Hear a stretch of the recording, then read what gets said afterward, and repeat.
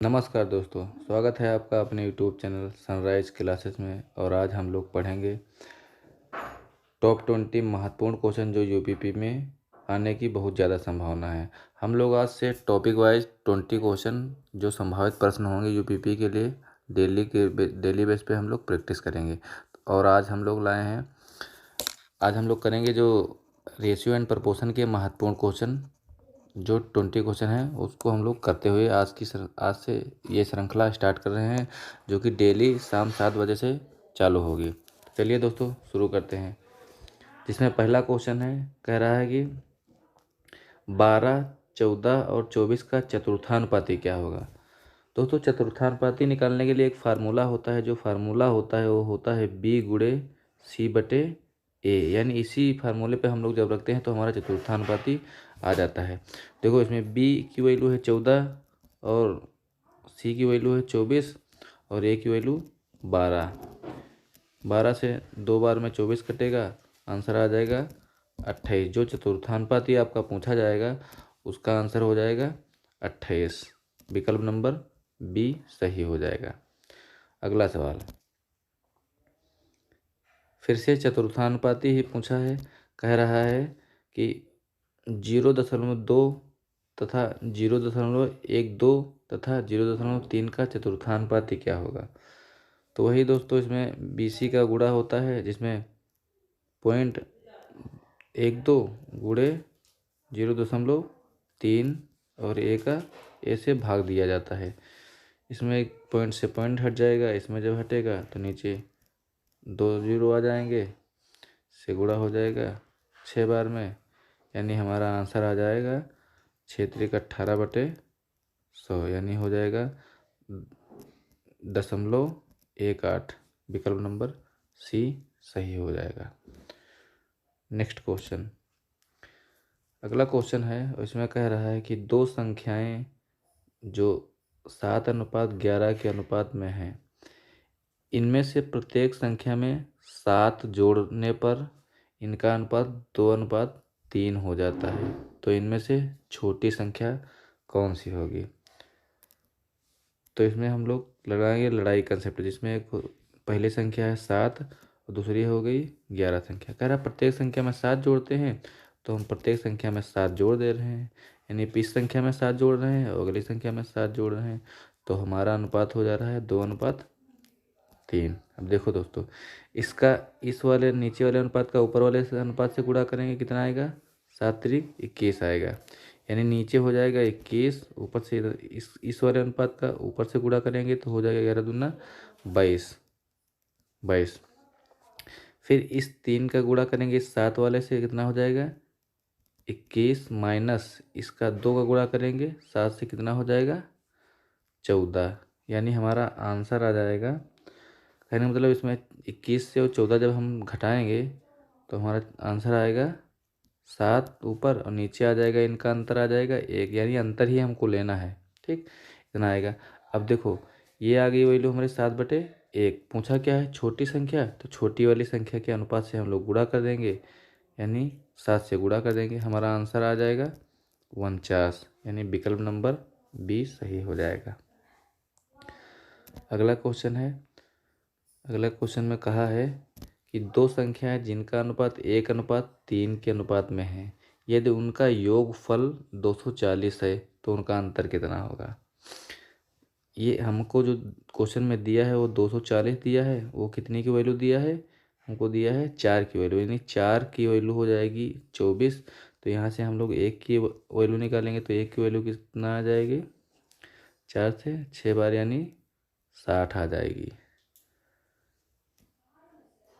60 आ जाएगी। फिर पूछा क्या है, अंतर पूछा है, तो 1 की वैल्यू कितनी आ गई है 60 आई है, और अंतर हमसे पूछा है तो अंतर कितना है 2, तो हम लोग 2 से गुणा कर देंगे, आंसर कितना आ जाएगा हमारा 120 आंसर आ जाएगा। यानी अंतर कितना है 120, विकल्प नंबर ए सही हो जाएगा। अगला क्वेश्चन, अगले क्वेश्चन में कहा है 7:11 के प्रत्येक पद में किस संख्या को जोड़ने पर अनुपात 3:4 हो जाता है। तो पहली संख्या है 7, अगली संख्या है 11, किस संख्या को, तो हम मान लेते हैं कि x संख्या दोनों में जोड़ रहे हैं, इधर भी x और इधर भी x जोड़ रहे हैं, तो हमारा अनुपात कितना हो जा रहा है, 3:4 हो जा रहा है। फिर से वही वाला कंसेप्ट, यानी 7 का गुणा इस 4 का गुणा 7 से करेंगे कितना आएगा, 7 चौक 28, और इस 11 3 का गुणा इससे करेंगे कितना आएगा, 11 3 33, यानी 33 से 28 को घटाएंगे कितना आएगा, 5। फिर इसका गुणा इस वाले 4 का गुणा करेंगे x के तो हो जाएगा 4x, इसका गुणा करेंगे x से हो जाएगा 3x, 4x से 3x जाएगा तो कितना हो जाएगा x, यानी x की वैल्यू कितनी आ जाएगी, 5। यानी हम दोनों संख्याओं में 5 अगर जोड़ देते हैं तो हमारा अनुपात 3:4 हो जाएगा, यानी आप इस क्वेश्चन का जवाब हो जाएगा विकल्प नंबर डी सही हो जाएगा। अगला प्रश्न कहा है, दो प्राकृत संख्याएं जिनका अनुपात 3:4 है तथा इनका गुणनफल 2160 है, तो इनमें छोटी संख्या क्या हो जाएगी। गुणनफल कहा है तो हम लोग गुणा कर लेंगे, यानी पहली संख्या हो जाएगी 3x, अगली संख्या हो जाएगी 5x, यही की वैल्यू तो दे दिया है 2160, ठीक। तो इधर हो जाएगा 15x² बराबर में 2160। 15 से इसको हम काटेंगे, 15 एकम 15, 15 चुको 60 और 15 चुको 60, यानी x² की वैल्यू आ जाएगी 144, तो x की वैल्यू कितनी आ जाएगी 12, यानी इस क्वेश्चन का जवाब हो जाएगा 12।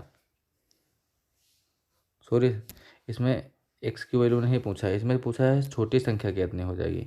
छोटी संख्या पूछा, यानी हमारे पास x की वैल्यू कितनी आ गई है, x की वैल्यू आ गई है 12, हमसे छोटी संख्या पूछा है तो छोटी संख्या से गुणा कर देंगे, तो छोटी संख्या कितनी निकल के आ जाएगी 12 3 36, यानी विकल्प नंबर ए आपका सही जवाब हो जाएगा।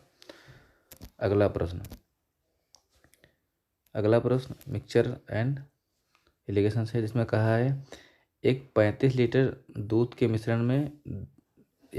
लीटर मिश्रण में दूध और पानी का अनुपात है 5:2, यानी एक तरफ दूध है और एक तरफ पानी का अनुपात दिया है, ये अनुपात दिया है 5:2।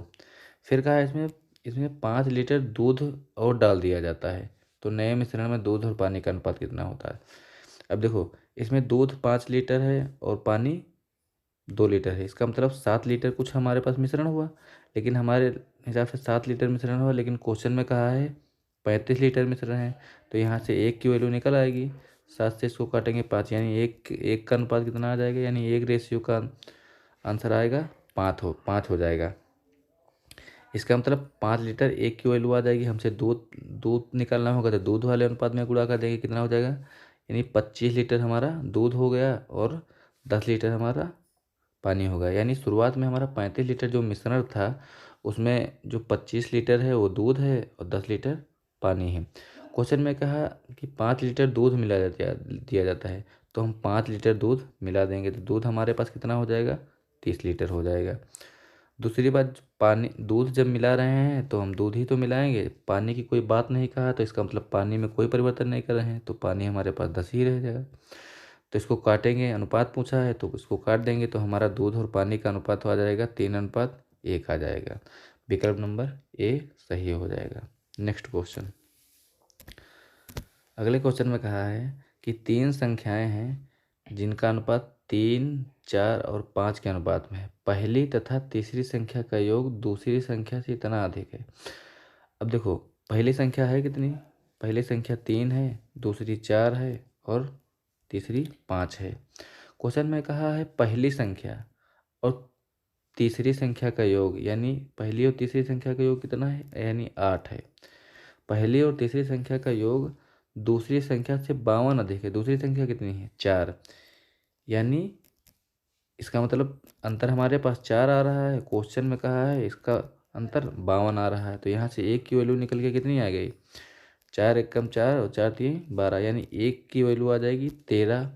हमसे पूछा कितना है, बड़ी संख्या पूछा है, 13 वैल्यू 1 की आई है, तो हमसे बड़ी संख्या पूछा है तो बड़े वाले अनुपात से गुणा कर देंगे, यानी 5 से गुणा कर देंगे, तो हमारे पास आंसर कितना आ जाएगा 65, यानी 65 वो संख्या हो जाएगी बड़ी वाली संख्या। ऑप्शन नंबर ए सही हो जाएगा।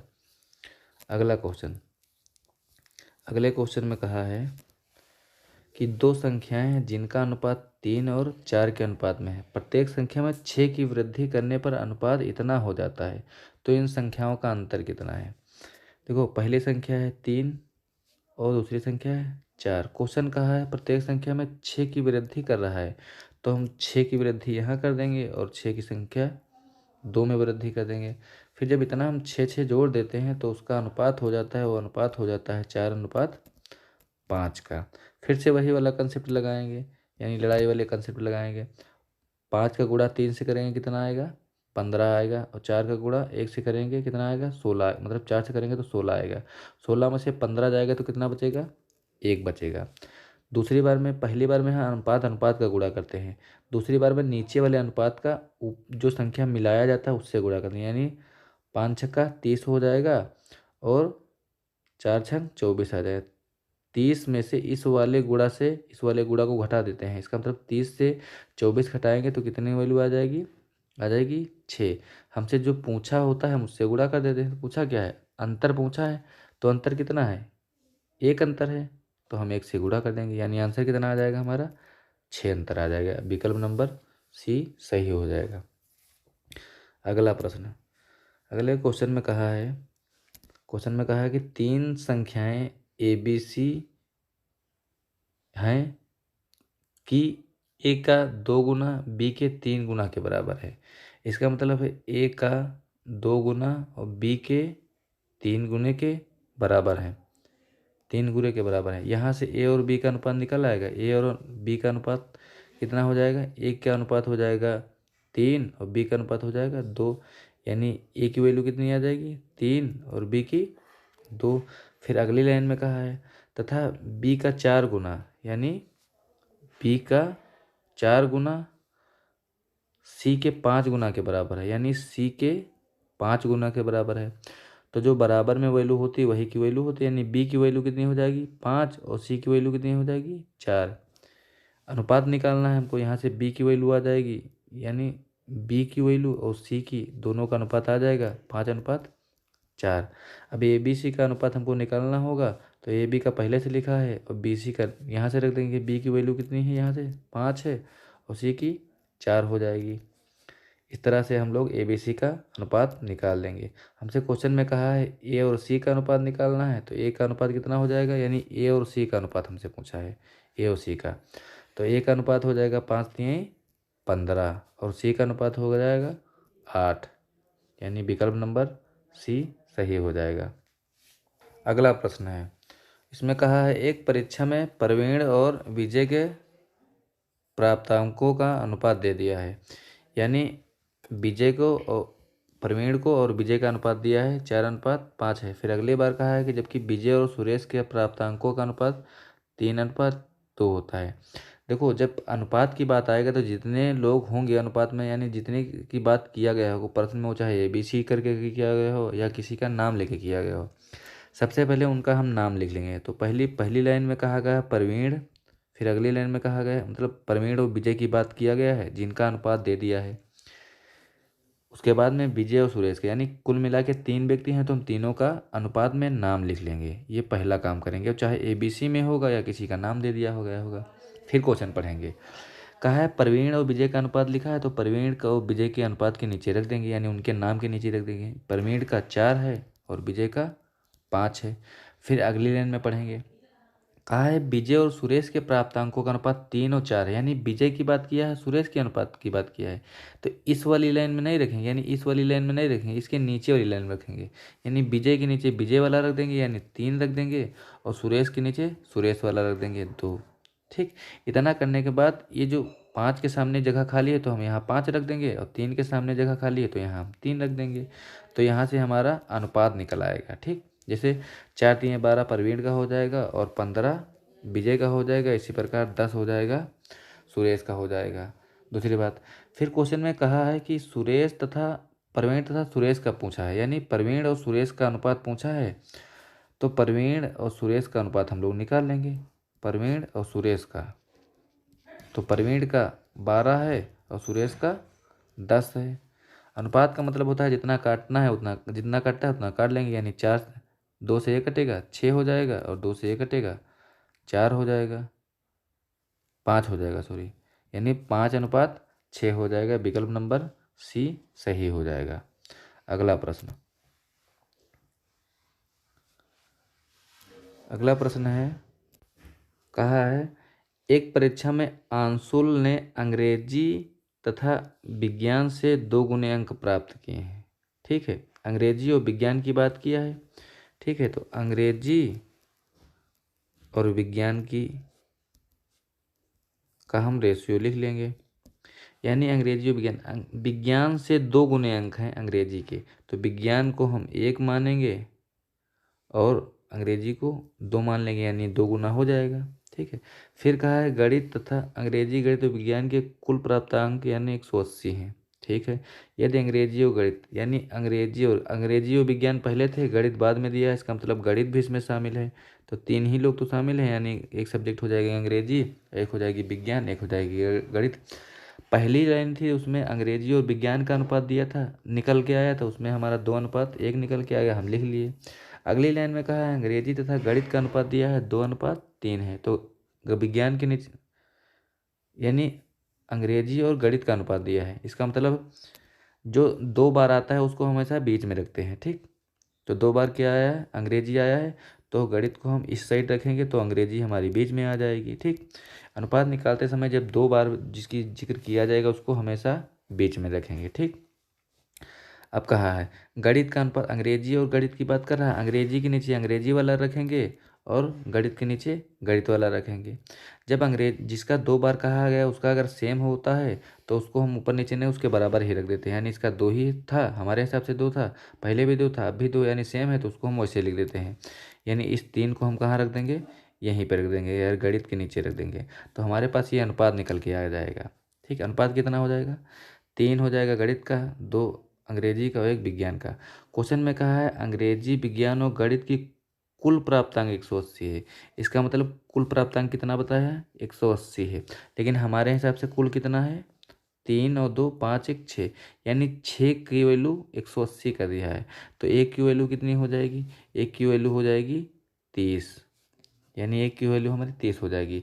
अब जो पूछेगा वो हम निकाल लेंगे, तो विज्ञान में उसके कितने प्राप्तांक हैं, यानी विज्ञान में कितने, यानी 1 की बात किया है तो हम 1 से गुणा कर देंगे, 1 से गुणा करो चाहे ना करो आंसर उतना ही आएगा, यानी विकल्प नंबर बी सही हो जाएगा।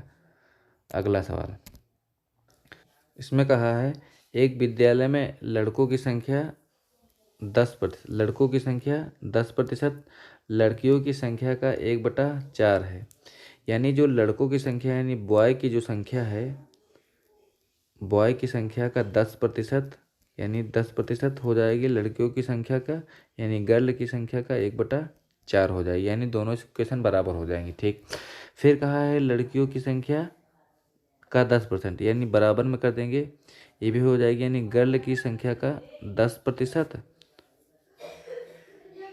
बराबर लड़कों की संख्या का, यानी बॉय की संख्या का 1/25 हो जाएगी। ठीक, इतनी हो जाएगी। अब देखो इसमें लड़कों और लड़कियों की अनुपात का पूछा है। ठीक है, इसमें 2 इक्वेशन दे दिया है यहाँ से यहाँ तक, यानी लड़कों की संख्या का 10% और लड़कियों की संख्या के 1/4 भाग के बराबर है। देखिए दूसरी वाली इक्वेशन में कहा है कि लड़कियों की संख्या का 10% और लड़कों की संख्या का 1/25, यानी पहले लड़कों की संख्या के बारे में बताया 10%, फिर दूसरी वाली इक्वेशन में कहा है लड़कियों की 10% संख्या की, तो हमारे पास 2 इक्वेशन बन जाएगी, यानी एक लड़कों वाली संख्या लेकर बन जाएगी एक लड़कियों वाली। इस प्रकार के प्रश्न में हमेशा एक इक्वेशन हल कर ली जाती है, आंसर आ जाता है सही, चाहे नीचे वाली इक्वेशन सॉल्व करो यानी ऊपर वाली सॉल्व करो, यानी हमको एक करनी होती है, यानी इस यहाँ से यानी इसको अगर हम सॉल्व करेंगे तो भी हमारा आंसर आ जाएगा और इस वाली इक्वेशन को सॉल्व करेंगे तो भी आ जाएगा, तो हम एक को हल कर लेते हैं। ठीक, इसमें इस 0 से इस 0 हट जाएगा तो आ जाएगी b/10, यानी b की वैल्यू जो हमारी आ जाएगी, b का अनुपात आ जाएगा 10, यानी बॉय का अनुपात आ जाएगा 10, यहाँ से गर्ल का अनुपात आएगा, गर्ल का आ जाएगा 4, यानी गर्ल कितनी हो जाएंगी 4, लड़कियां हो जाएंगी 4, ये हमारा बॉय और गर्ल का अनुपात हो जाएगा। इसी अनुपात को हम काट लेंगे, 2 से कट रहा है तो काट देंगे, 5 आ जाएगा, 2 से कट रहा है तो 2 आ जाएगा, इसका मतलब बॉय की अनुपात आ जाएगा 5 और गर्ल का आ जाएगा 2, अनुपात कितना हो जाएगा 5:2, विकल्प नंबर बी सही हो जाएगा। अगला प्रश्न, कहा है 3 कारों द्वारा 1:2:3 3 के अनुपात में दूरी तय की जाती है। यदि यात्रा के समय का अनुपात 3:2:1 हो तो उनकी चालों का अनुपात क्या होता है। देखो, चाल का जो फार्मूला होता है, चाल बराबर दूरी बटे समय तो होता है, यही तो होता है। ठीक, इसी फार्मूले पे हम लोग उस अनुपात को रख देंगे। या दूरी कितनी हो जाएगी पहली वाली कार की, 1 हो जाएगी, समय कितना हो जाएगा, 3 हो जाएगा। इस प्रकार हम लोग अनुपात बना लेंगे। ठीक, दूसरी वाली कार की दूरी हो जाएगी 2, तो उसका समय हो जाएगा 2। ठीक, इसी प्रकार तीसरी वाली कार का अनुपात हो जाएगा 3, यानी वो तीसरी वाली कार जो तय करेगी 3 दूरी तय करेगी, जिसका समय है 1। यही हम लोग अनुपात निकाल लेंगे।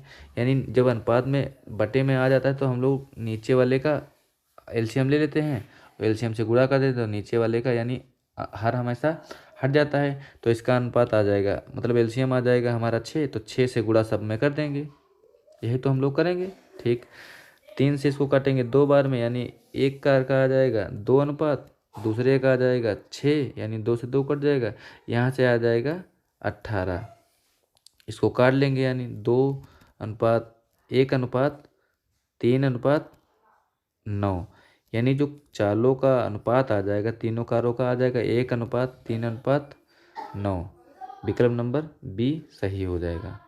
अगला प्रश्न, अगले प्रश्न में कहा है कि 5 केले तथा 4 सेबों का मूल्य 3 केले तथा 7 केलों के मूल्य के बराबर है। यानी हमारे पास 5 केला हैं, ठीक, 5 केले तथा 4 सेबों का मूल्य 3 केले तथा 7 सेबों के बराबर है। इसका मतलब तो यही हो जाएगा। अब इसमें हम लोग करेंगे, ये क्वेश्चन बन जाएगी। इसमें हम लोग केला को एक तरफ कर लेंगे और सेब को एक तरफ कर लेंगे। तो यहाँ से जो ये वाले जो 3 केला है इसको इस तरफ भेजेंगे, तो यहाँ से पहले से हमारे 5 केला है, ये प्लस में है, इधर जब आएंगे तो माइनस में हो जाएंगे। यानी 5 केला से 3 केला जाएंगे तो कितना बचेंगे, 2 केला हमारे पास बच जाएंगे। ठीक, यहाँ से इस तरफ 4 सेब हैं, प्लस में है, इसको जब उस साइड भेजेंगे तो हो जाएंगे माइनस में। यहाँ पहले से 7 सेब हैं, तो 4 सेब ये उससे माइनस हो जाएंगे, तो कितना बच जाएंगे, 3 सेब। यानी हमारे पास सेब और केला का अनुपात आ जाएगा, सेब और केला का अनुपात आ जाएगा। सेब का अनुपात कितना हो जाएगा, 2 हो जाएगा, तो 2 लिख लेंगे, और केला का अनुपात कितना हो जाएगा, 3 हो जाएगा, तो 3 लिख लेंगे। पूछा क्या है, एक केला और एक सेब का अनुपात पूछा है। इसका मतलब केला पहले है तो केला अनुपात पहले आ जाएगा, यानी 3:2 हो जाएगा। ऑप्शन नंबर ए सही हो जाएगा। अगला प्रश्न कहा है, हरि के पास कुछ गायें तथा कुछ मुर्गे हैं। यदि कुल सिरों की संख्या 48 है तथा पैरों की संख्या 140 है, तो उसमें मुर्गी से संख्या कितनी होगी। इस प्रकार के प्रश्नों में हम आपको बताए थे कि एक तरीका होता है, यानी ट्रिक होती है। जो पैर होते हैं माने पैर, उनको हम लोग आधा कर देते हैं और सिर से घटा देते हैं, तो हमारी क्या निकल के आ जाएगी, ये हमारी आ जाएगी 4 पैर वाले। यही तो फार्मूला हम बताए थे। ठीक, इसको रख देंगे, यानी सिर की संख्या हमारे पास 48 है, पैर की संख्या 140 है। इसको जब आधा करेंगे तो हो जाएगी हमारी 70। ठीक, इनका जिनका अंतर ले लेंगे तो अंतर हमारा हो जाएगा 22। जो 22 हमारा अंतर हो जाएगा वो हो जाएगा 4 पैर, यानी जो 22 निकल के आए हैं वो हमारे पास 4 पैर यानी गाय निकल के आएंगी। गाय कितनी है, गाय की संख्या 22 हो जाएगी। हमसे पूछा क्या है, मुर्गी की संख्या पूछा है, तो कुल हमारे पास 48 जानवर थे, जिसमें से 22 गाय हैं, तो बची हुई संख्या क्या आ जाएगी, वो आ जाएगी मुर्गी की संख्या, यानी मुर्गी कितनी हो जाएंगी, 26 हो जाएंगी।